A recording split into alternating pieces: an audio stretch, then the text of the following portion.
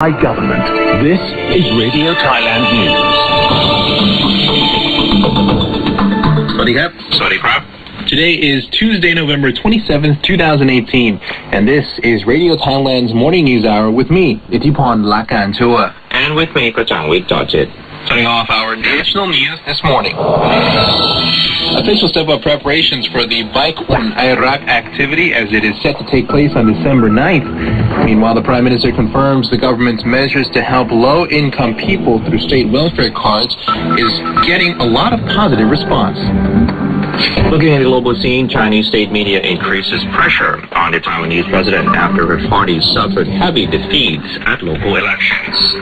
On the business agenda, the Defense Ministry spokesperson discloses that the solution to informal debt is progressing by over 50% now. All those top headlines and many more coming up.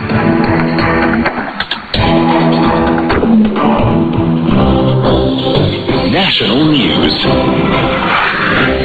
Brought to you by Bangkok Airways, Asia's boutique airline. Now flying direct from Chiang Mai to Hanoi daily. Call 1771. First up in today's national news, preparations for the Bike Un Iraq activity have been stepped up across the nation as the event approaches on December 9th. Phuket officials have tried the province's 27-kilometer route that stretches from its provincial hall to Sapan Hin. The trial was put in by police and emergency medical responders who rehearsed assistance measures for riders.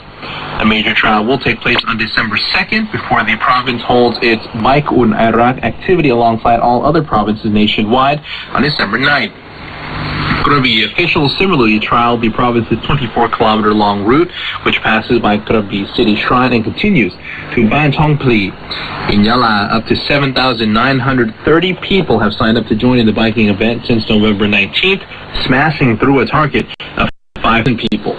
Ceremonies will be held on December 1st and 2nd in the province to hand down royally bestowed shirts to be worn during the day, with a major trial of the 29-kilometer route to take place on December 3rd.